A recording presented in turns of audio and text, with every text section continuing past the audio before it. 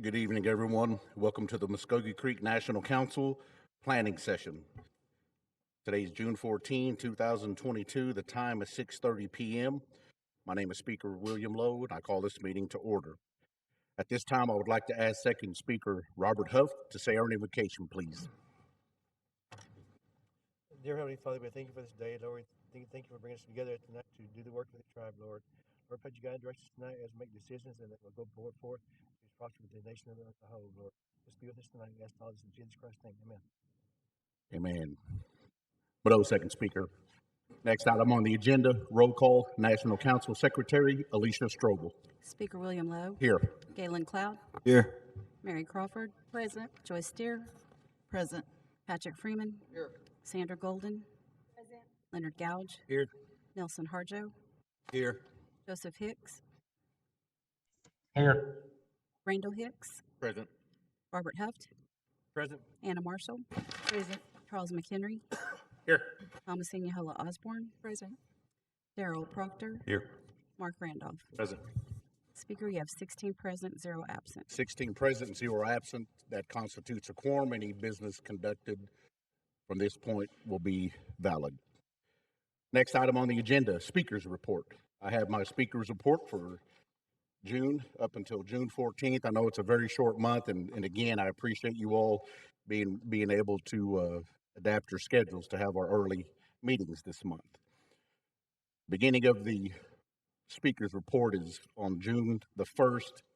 I participated in the ACE reading series. I'm not sure if them kiddos really wanted to hear me read, but they did, and it was recorded and went well.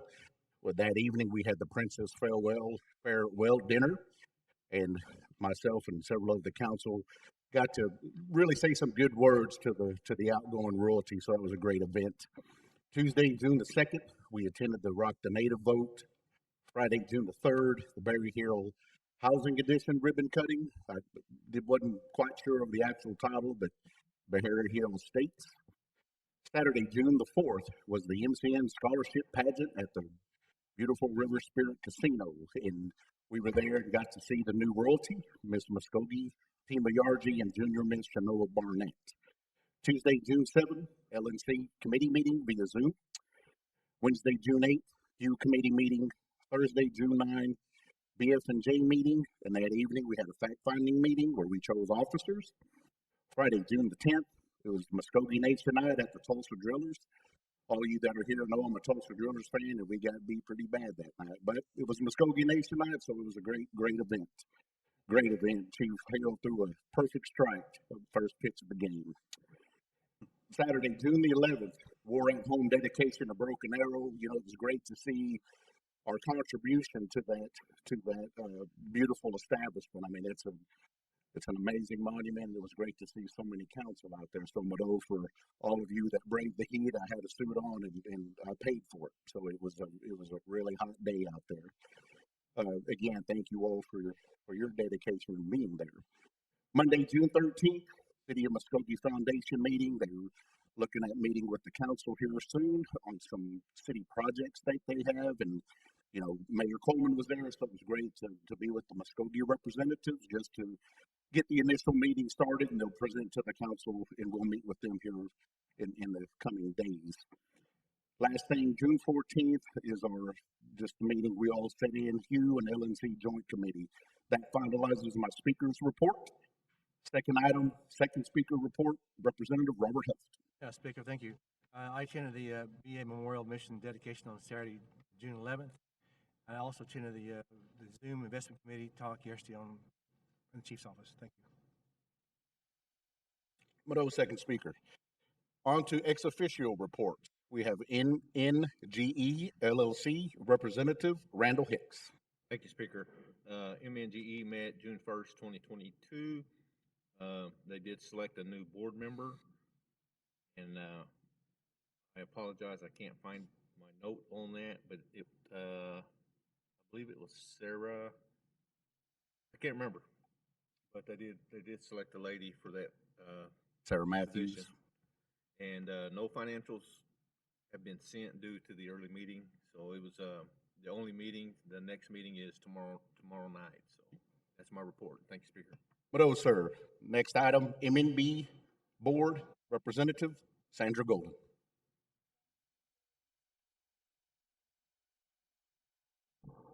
Our last meeting was May, thank you guys. Our last meeting was May the 24th. They had moved it up from the Memorial holiday. We were been discussing the repealing of 9910 to close out MNBE, and right now the attorney is looking into writing the new legislation. They have increased staff to support several new contracts. The contract period of performance have kicked off, and we're continuing to get new task orders under the Department of State, the IDIQ. MAP has received HubZone certification, and the 8A application is in progress. And we're looking for a new building for more office space because they're growing. Our next board meeting is June the 30th of this month, and they'll be looking at some new investment opportunities with cannabis and office supply products. And that's my report. Thank you. Outstanding. Widow, Representative Golden. Muskogee Loan Fund, CMN Board of Regents, College of Muskogee Nation Board of Regents, Representative Anna Marshall. Thank you, Speaker. They had a relatively short business meeting last night. They're very appreciative of the the monies that were provided by the council for the completion of the cultural building. And also they have the language symposium that was scheduled for the mid part of June has been rescheduled to a 1 day versus a 2 day. And it'll be July the 28th, and it'll be at River Spirit. And that concludes my report. Yes, Speaker. ma'am. Thank you, Representative Marshall. Now, on to Muskogee Loan Fund, Representative Mark Randolph. Widow, Speaker. Muskogee Loan Fund met yesterday, 6/13/22. They're preparing for new board member nominations coming in July. We have one from the council, one will come from the executive branch. They're expanding staff to accommodate the demand of services, and they're preparing for a soft opening for leadership in July. One of the things I found interesting is there's 14 predatory loan companies in Okmulgee, and they're the lowest percentage all the way up can go up to 100% in payoffs. So they're researching consumer loans, which I think is really good. Thank you, Speaker. Thank you, Representative Mark Randolph. Last on the list, One Fire Board, Representative Patrick Freeman Jr. Widow, Speaker. One Fire met today this afternoon at Riverwalk. They meet every Tuesday. Just some of the discussion points were the audits for 2019, 2020, and the pending audit for 2021. Further discussion was just tenant improvements and tenant issues. And that concludes my report. Yes, sir. Thank you so much, Representative Freeman. That concludes our ex officio reports. Next item on the agenda, committee reports and announcements. Health, Education, and Welfare, Chairperson Joyce Deere. Widow, Speaker. The Health, Education, and Welfare Committee met at 2 p.m. on June the 8th, 2022. Out of committee, the following legislation came out with a due pass. TR 22-088, NCA 22-066, 067, 068, and 076. Items for consideration.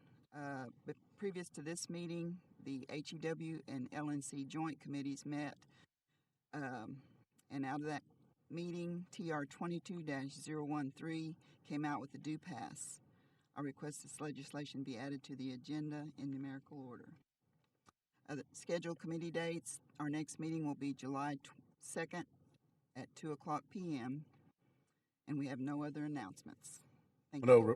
Widow, Representative Deere, that legislation will be added to our agenda in numerical order. Appreciate that.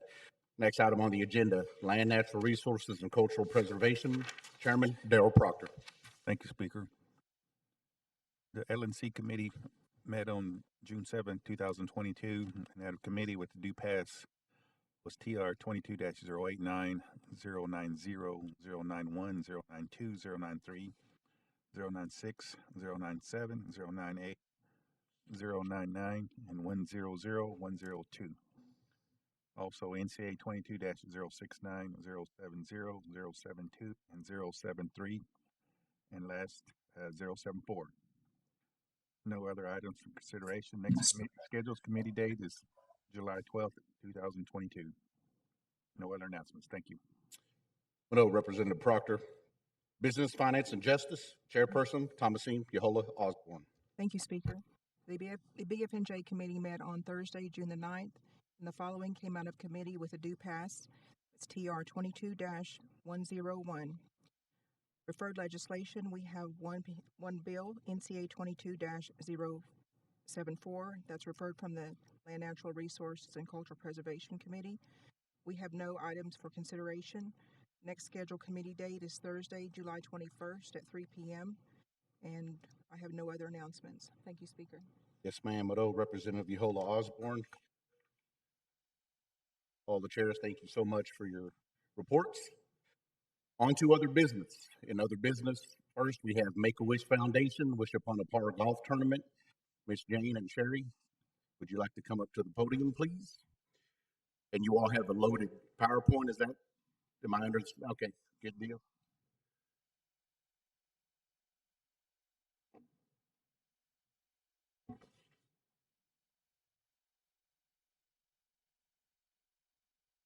All righty, ma'am, the floor is yours. Just make sure the light is on the microphone there, right in front of you. Should be a little button. Okay, now All it right. is. Yes, ma'am, we can hear you. Better? Okay, thank you. My name is Jane Roweeder, and I am Director of Development for Make-A-Wish Oklahoma. Sherry Ward is with me. Sherry is a volunteer business development volunteer for us. And we wanted to come tonight and first of all say thank you for the support you've given us in the past and go over a couple of points of how you've helped us this past year and helped our Wish kids. And I wanted to first start by highlighting our Wish Upon a Par golf tournament. And this was the 5th year that you have all partnered with us as our premier sponsor. And I'm happy to say that we have some winning golfers, I think, in this room tonight. We had a 3rd place win from one of the National Council teams, and that was Joe Hicks, Patrick Freeman, William Lowe, and Galen Cloud. Right? Yes, good job. And we raised over $200,000 for our Wish kids this year at Wish Upon a Par, which is amazing. And that is so much thanks to you, River Spirit Casino, and everybody that played out there. And then also in November, we had our annual Stories of Light campaign with KRMG, which is a radiothon. We station at La Fortune Park and have folks come through and give donations to us. And Chief Hill made it in time. He flew in from out of town and came to La Fortune Park and had a live on-air interview with Dan Potter from KRMG, and that was very, very special and made a nice donation to our Wish kids as well. Also, Pat Crofts of River Spirit Casino came out to represent them and helped us with that campaign as well. We raised over $325,000 for our Wish kids during that campaign. So those were just 2 things that we did this past year. For those who have been at our Wish Upon a Par golf tournament, I am sure you remember our Wish ambassador, Katie Goss, who has been a Wish ambassador for 10 years since her wish was granted. I have a short video of Katie, and I just want you to know that I was her wish granter 10 years ago, her wish coordinator, and she changed my life. And you will see from this video that Make-A-Wish changed her life, and she is a very special young lady. So I would like to ask you to take just a couple of minutes and watch Katie's video.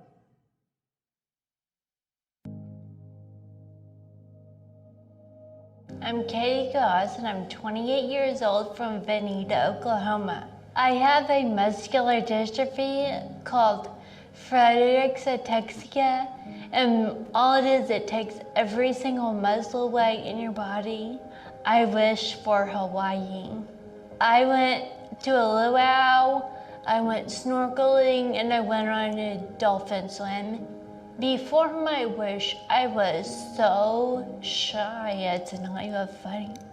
I'd have my mom do everything for me. And then when I got back from my wish, everything changed, because right after my wish, I did my first ambassador event, and would just make a wish, make a wish, make a wish, make a wish after that. And I think that's what made me like, this is what I'm made to do. I want to give kids the hope, strength, and joy to fight their illness just like what I got the opportunity to do. I know my disease is not the worst thing that can happen. It sucks, of course. I first was given the life expectancy at 25, then it was 31, and now it's 60.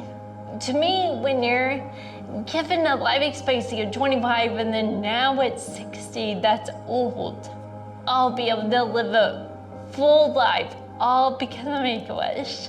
I wouldn't say a wish is a one and done thing. I am walking proof that the hope, strength, and joy is true.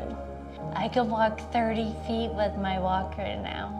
When a kid gets a hope, strength, and joy, it'll last forever. Nobody, donors, will understand, Make-A-Wish workers will understand the feeling that I have in me, that I can do all this by myself, and I know I have it in me to have kids get the same exact opportunity as I did. But the hope, strength, and joy, that's like, it's not fake. It's a real thing.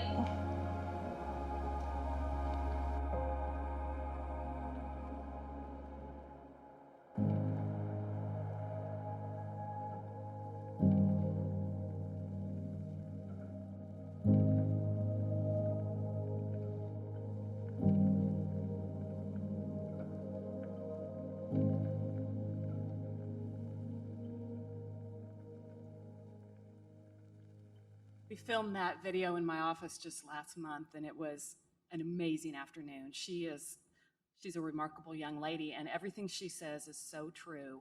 A wish changes a child's life, and the point of that video was to show that a wish, like Katie said, is not a one and done experience. It lasts a lifetime for these kids and the families. And we also have children that they have a wish granted and they don't live much longer. In that case, that wish experience and those memories last a lifetime for their family and their siblings.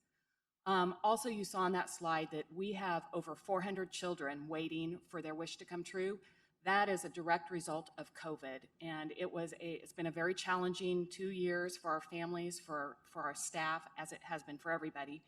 But we couldn't travel our families during COVID, and 65% of our wishes involve travel. So those children were waiting, but the pipeline of referrals from doctors kept pouring in. So we have a pipeline crisis right now of children waiting. And so I wanted to highlight the fact that of those 400 kids in our pipeline right now, I pulled out some of the wishes that are waiting that are within the communities that you serve in Creek, McIntosh, Okfuskee, Okmulgee, Wagner. We have 27 children up there, 26 children, excuse me, from the communities that you are in. I did not pull children from Tulsa County, which I know you serve and you have families in our Tulsa County as well, just because the numbers are really large in the Tulsa County. But these are children that are waiting for wishes as well. Next slide, please. So to date, 393 wishes are in our pipeline. 135 of those children are in our system actively waiting for their wishes to come true. That's about as much as we're going to be able to do this fiscal year with the staff that we have. So that leaves 258 wishes still waiting, along with referrals that continue to come in every single week. So we are just treading water right now, and we are trying so hard to serve these children. Slide. So this gives you a real good idea of what we faced during COVID. The red line is our revenue line, and the blue line is the wish pipeline. And you can see in 2020, 1920, when COVID hit, our revenue dropped $1 million, but yet the referrals and the wish pipeline just kept going up. So that little triangular gap at the end of that chart is what we're trying to close right now and trying to fill so that we can reach every one of these kids. And this is, as Katie said, wishes are not one and done. They last a lifetime. They give to the well-being and to the spirit of the children that we serve and that you support. And Make-A-Wish has real outcomes data that underscores the power of a wish. I'm gonna let Sherry speak up to this.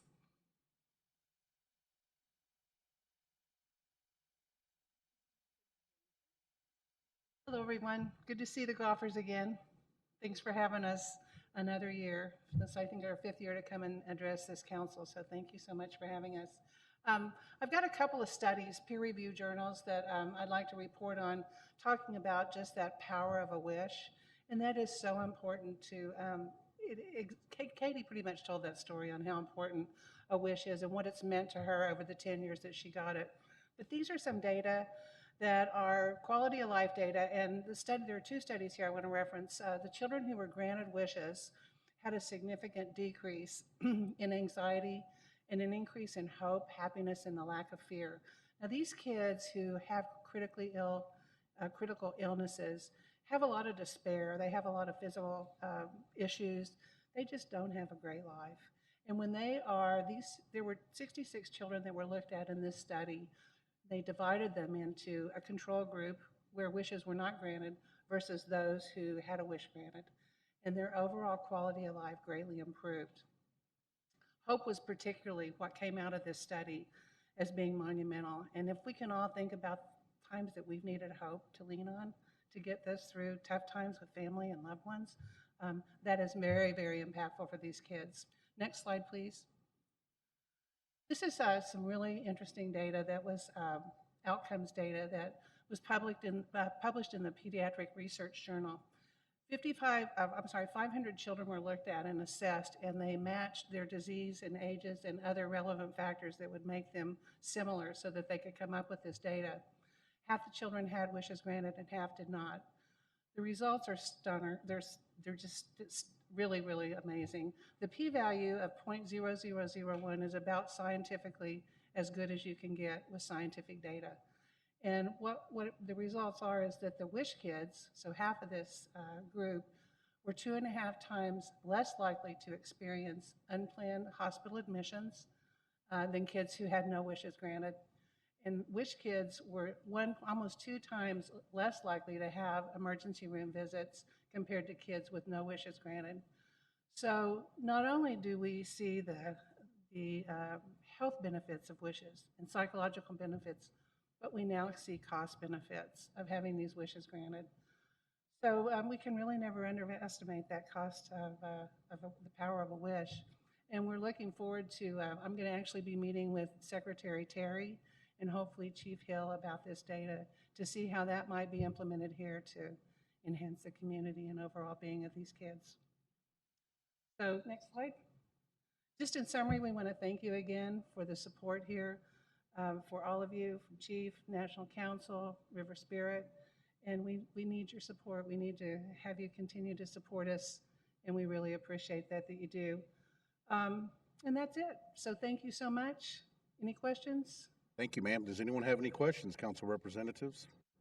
Questions, comments?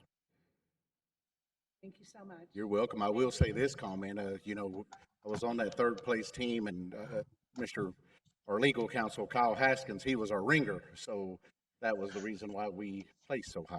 So thank you, Kyle, for helping us out. But I just wanted to say, you know, it's a fabulous tournament. It's well ran, very organized. So my perspective, I don't know about my fellow council representatives, but it's a really good tournament and we enjoy it. So thank you all. See you next year then, Yes, right? ma'am, definitely. So thank you.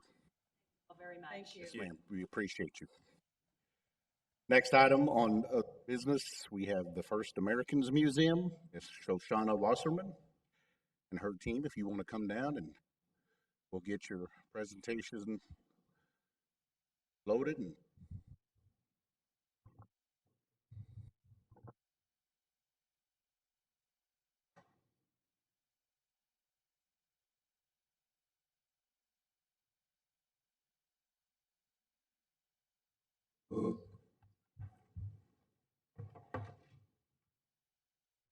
Well, good evening to everyone. While we're getting set up, I will just say it feels great to be back home. I haven't been here since before COVID, and it was just beautiful walking onto the campus and seeing all the improvements. So first and foremost, thank you so much. I'm Shoshana Wasserman.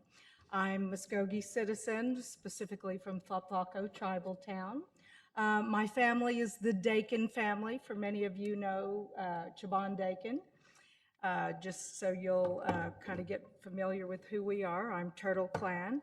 I'm also here tonight with two of my colleagues who are also both Muskogee.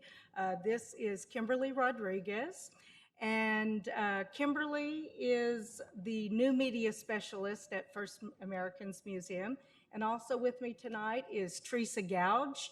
And Teresa, also a Muskogee citizen, is one of our cultural ambassadors and works very hard in our learning and community engagement department. So we're really proud of the Muskogee citizens. We're a tiny staff, believe it or not, for such a world-class museum. We have about 26 employees only, and out of those 26, 4 of us are Muskogee citizens. 3 of us are Muskogee citizens. We beg the pardon for our executive director, James Pepper Henry. He is a Muskogee descendant in that he is part of the Childers family, but he is also a Kaw citizen, and he is the second chair of the Kaw Nation. We're very proud of that. We have just a tremendous number of volunteers that are also Muskogee citizens. We're so happy that we've been able to recruit docents and volunteers. And this week alone, we just started all of our summer camps at First Americans Museum. And so we have 2 groups of campers every week, and we have 3 Muskogee teen guides that are with our young people every week. So we're really proud that we've been able to attract all of these citizens of ours, as well as many other Native constituents also. There's going to be some packets that are passed around to you, and I'll ask you to look at those after the presentation. But really what I'm here, I hope, how many of you have actually been to the museum so far? Okay. Great. Well, for those of you who have not, I want to invite you, and anytime you would like to come and visit the museum, please let me or either one of my colleagues know, and we'll give you a personal tour. I think it's really exciting to walk into the museum and walk up to the front desk and say, I want to know every location in the museum exhibits that exist today where the Muskogees are uplifted. And we can print that out for you so that you can experience the museum in that way. We can actually do that for every tribe. So we're very proud of that. We're hoping that we're going to have an app one day that will do that and make that a little bit easier. First Americans Museum has been very successful. We're on month 9. We've had over 90,000 visitors already attend the museum. Most of our visitors are non-native visitors, but we have had a lot of, tribal citizens also. In fact, we have a group of Muskogee elders coming tomorrow. We had a group of Uchis last week, and so we're always happy when we see our own peoples coming through the museum, and it warms the space for all of us.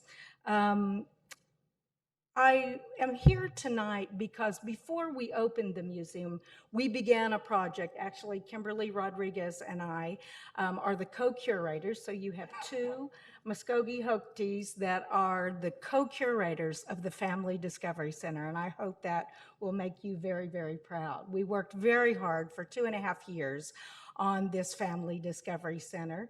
And the Family Discovery Center was envisioned to welcome all people. And, we have 2 exhibits that go through a lot of history of our collective tribes. We tell the collective story of the 39 tribes that are in Oklahoma today, and that's a lot of dense and rich cultural heritage to merge together. Nobody has attempted to do something like this to date. And we always knew that we needed a different kind of experience to complement the two exhibits that we have. We have the one exhibit that's very media rich, and it tells our stories from a historical perspective all the way up to the contemporary moment. And then upstairs, we have an exhibition where we brought 144 cultural materials from the Smithsonian National Museum of the American Indian to the First Americans Museum, and we have about 3 items per tribe. And, some of our tribes were not as well represented. For example, Flopflocka, we were lumped in with the Muskogee collection. And so we had to do a lot of work and a lot of research. We worked with each of the tribes for each tribe to select those materials that are part of the exhibition. But we always knew that we needed a different kind of exhibit. And so I am here to hopefully delight you and show you what we have created at First Americans Museum that I think will be the next really exciting thing, and that is the Family Discovery Center. So the Family Discovery Center, the big takeaway or the big theme is that we are all connected. And you see Grandma Turtle, who sits outside the Family Discovery Center. For those of you who have been there, you see she's already constructed and that front scene is already in place. And Grandma Turtle happens to be Choctaw, but she welcomes all of our visitors and she makes them feel welcome. Now, when Kimberly and I envisioned this, I don't know how many of you have kids and grandkids, and you remember the pop-up books that you would open up and the whole world would pop up? Well, that's how we envisioned this space. We said, when a visitor walks through here, we want them to feel like the whole world has popped up and come alive. And so you walk in these doors at the entrance, and as you walk into a space that feels like you're in the middle of this living world. Now, there was a slight nod for people who don't recognize this, they don't have to, but when we designed it, we were thinking about that upper world, the middle world, and the lower world. And so it's a 2-story, 5,000 square foot space that kind of acknowledges each of those things. This gives you a plan view. You walk through the door downstairs there, and that sort of bean-looking thing that you see in the center is actually a projection screen. And we are able to tell stories on that screen. So you walk in those doors, and there's an information desk, there's stroller parking, there's restrooms inside the space, so nobody has to leave the space. But the entire world has these giant trees, and it also has these smaller trees, and this becomes this interactive forest.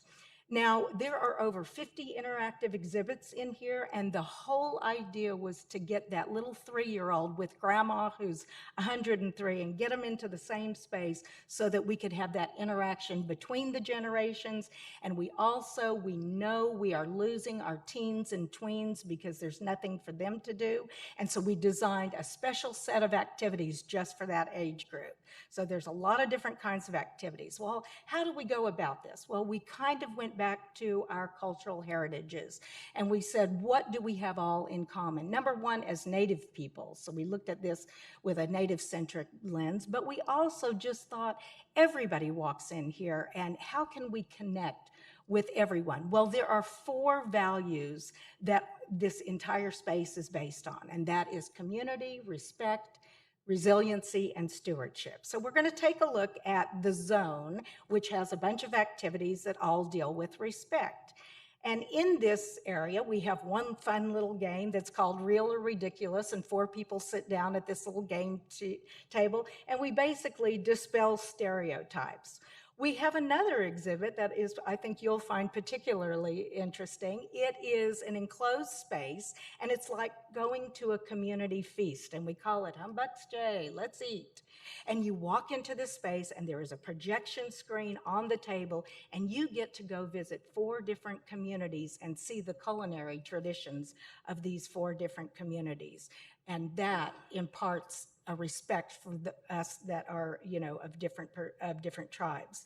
And then there's a fun activity for younger kids where it's talking about identity, and we're really, using design and artistic motifs as a way to do that. There's this fun little activity here where there's all these hidden eyes, and when you step on the little petals on the ground, the animals light up. So you're trying to guess what eyes that animal belongs to. Here's a little peek into Humbuck's J. You walk into this space, you're seated at the table, and Blue Deer is your animal guide in this area. That was a specific nod to A.C. Blue Eagle and the blue deer that he has made famous in the art world. And so you sit down at the table, and there are these series of activities that take place, and it introduces conversation. And you can see there's kind of a collage of photos of different communities all across Indian country.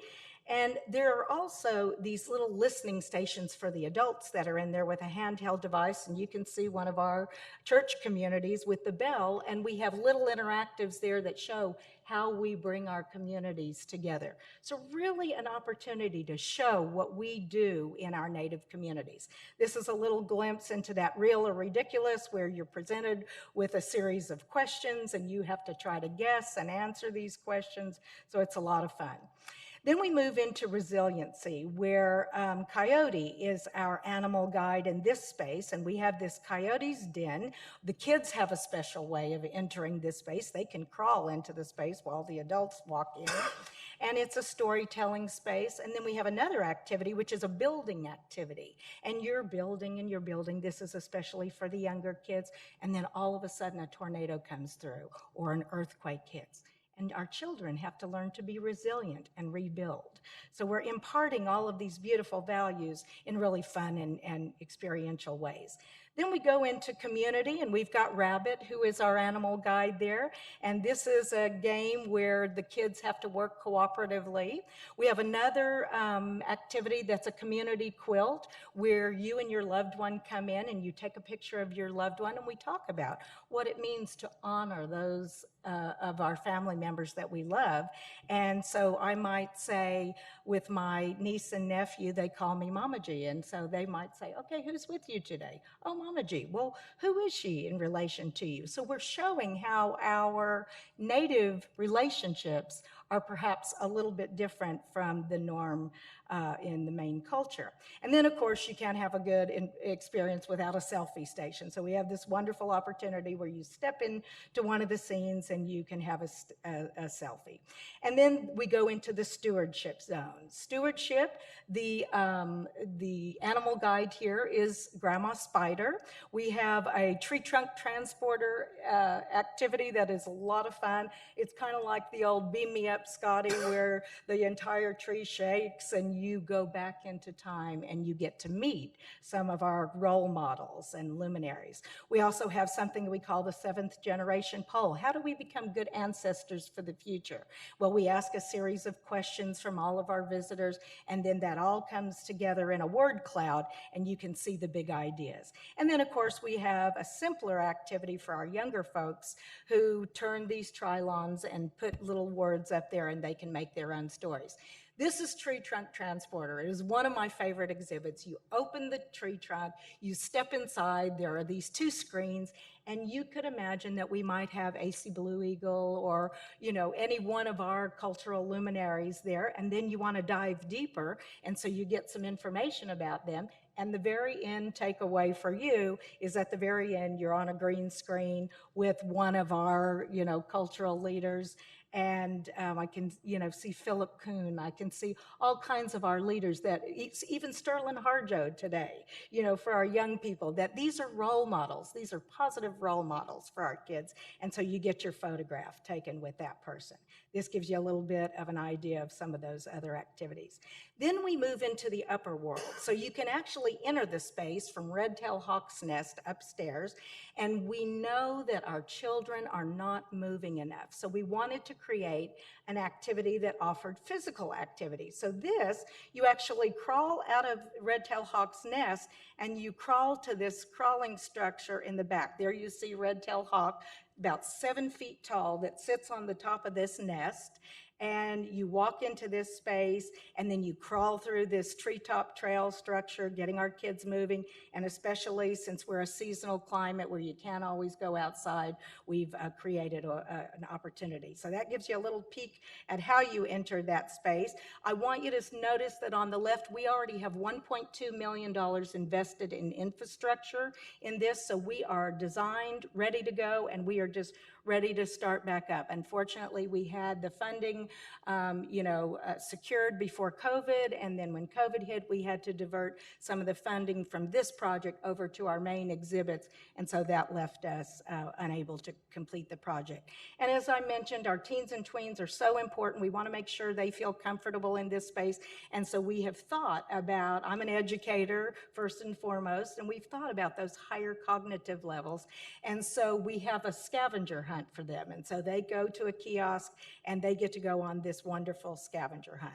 I'm going to introduce you to our wonderful animal guides that occupy the space in our facility. And these are your guides as you go through all of those different activities. And you can see the cultural attributions that if you're non-native, it doesn't matter, but as Native people, we can look at those and we can kind of recognize these animal guides. We have tons of animals in the space, and all of them, if you look very closely at each animal, you're going to see these Native-centric design motifs that have been applied to all these animals, but they've been applied in a textural manner.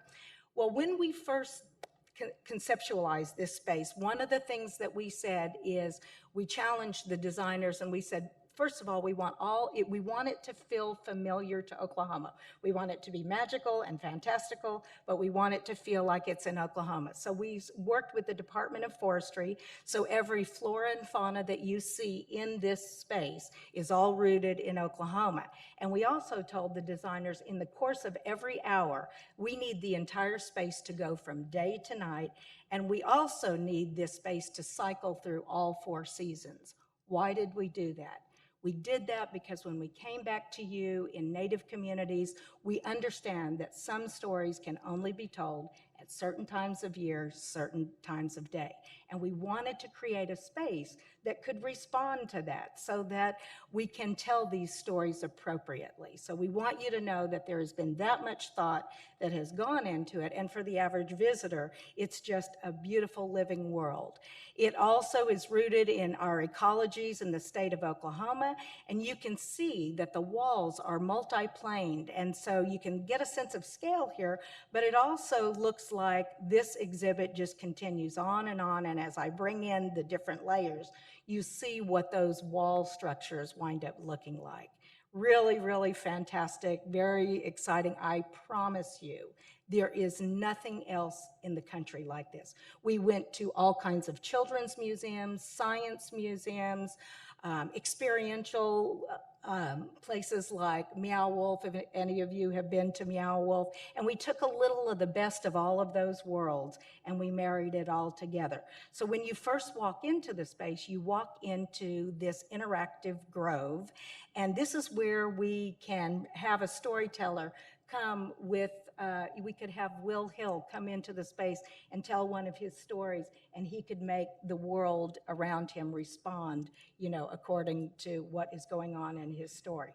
So lots of different activities, both in the central area, and then all of these exterior trees also have all kinds of hidden gems. Well, many of you know I have been with First Americans Museum since 2005, and back at that point, and when the museum was designed, we had 12 payphones. To give you an idea of how old the design is, we had 12 payphones in between where our water fountains are now. Well, we took those out, obviously, and I said, let's hang on to one of those payphones and let's put it inside one of our trees. So it creates this experience where you open up the tree bark, you look at this rotary telephone, and the kids are not going to have a clue what this is, but grandma or you and I are going to say, oh, that's a payphone. We used to put 10 cents or 25 cents in there, and this is how we called. And this gets our generations communicating with one another. But for our teens, this is the way we deliver some of the clues for the hunt experience. So really fun. Then some of the trees just have sensory um, kinds of things where you walk up and you touch different things and your senses are delighted. And you can't have something like this without, of course, having all the wonderful retail opportunities that we can, and if any of you have been to our store already, you have seen that our children's section of the store already looks like the Family Discovery Center. We've had great endorsements from the National Indian Education Association, lots of folks here that you will recognize, and we really appreciate them endorsing us. So we are looking to you.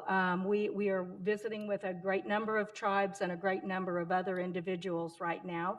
I will tell you that this is a $7 million project right now. Just this last week, we secured a donation of $1 million from the Cheyenne Arapahoes.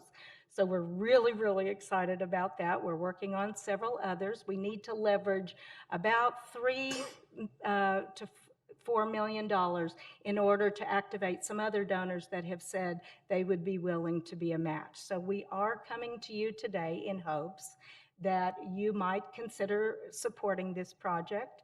We know that we are, the fourth largest tribe in the nation. We have 96,000, a little more than 96,000 citizens, and we feel like we can, offer something really positive to impact their lives.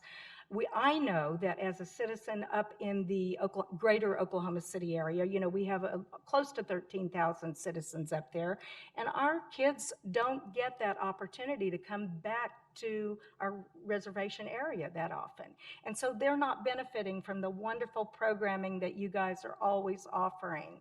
And so we hope that we can become that kind of a home for them. We're losing a lot of our citizens. We're losing them to other cultures because they don't feel like they have a home and have a place to fit in. And we want to change that dynamic. Like I said, we've had over 90,000 visitors to date, and that continues to to climb, and we are hoping to serve over 40,000 children annually. And so, especially at a time when state legislation is what it is, and we have been kind of eliminated out of the classroom material, museums become a very, very important part of helping people understand our culture. So I had the great opportunity, and I appreciate the chiefs who we were able to share the same presentation with, and they seemed very supportive of this. I have talked with a couple of you, and so we would like to come to the nation. We would like to ask for $1 million sponsorship. This can be paid out over 5 years in different increments, and really what we're hoping to be able to have some of that cash on hand to start the project up. So some portion of that amount the first year, and then that could be paid out over several years, 4 or 5 years. So with that, I will close and just thank you respectfully for the opportunity to even come before you, and I would entertain any questions that you might have, and I just really appreciate the time. And I also want to tell you that we have greatly appreciated, and I personally have been very proud that our nation has been a sponsor of First Americans Museum, both in construction and during our opening activities. In total, the Muskogee Nation has contributed $175,000. So I want to thank you on behalf of our entire staff for your previous support, and hope that you will consider continued support. Yes, ma'am. Thank you so much. Council representatives, any questions, comments? Questions or comments? Yes, ma'am. Representative Golden.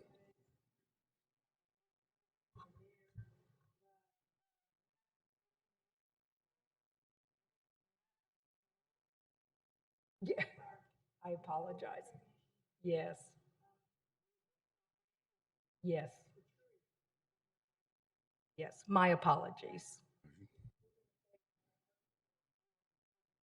Yes. Middle Representative Golden. Any other comments, questions? Yes, sir. Representative I just Franklin. want to say I really thank been here from the conception of this place. I know she's worked hard, and I wish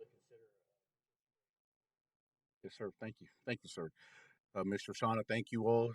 Teresa, Kimberly, for being here. Welcome back home. We're glad you made the long trip. We definitely appreciate it, and we will be discussing this amongst the council, of course, and we will reach out to you all and let you know the next move. So thank you so much, and we greatly appreciate everything you've done for us and everything you do for FAM. I mean, I know it's not easy, and just walking into that place, you know, a lot of sweat equity is in there from all the people that are still hanging in there and representing that place. So, Muddo, we appreciate you. Muddo. Thank you, ma'am. All right. Do we have any other business, council representatives? Any other business? Hearing no other business, on to announcements. Do we have any announcements? Emergency session will be immediately after planning. We may take a couple of minute break if the majority needs to, but definitely right after planning. Adjournment. Do I have a motion to adjourn? Second speaker, Robert Huff, makes a motion to adjourn, seconded by Representative McHenry. Voice vote. All in favor, say aye. Aye. Aye. Any opposed, same sign. Hearing none opposed, we are adjourned. I would like to ask Representative Randall Hicks for our benediction, please.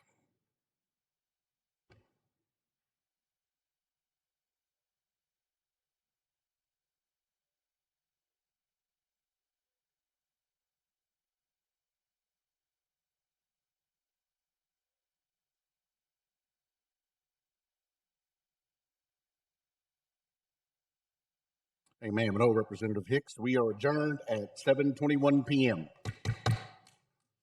Break, anybody? Anybody need a break? Ready?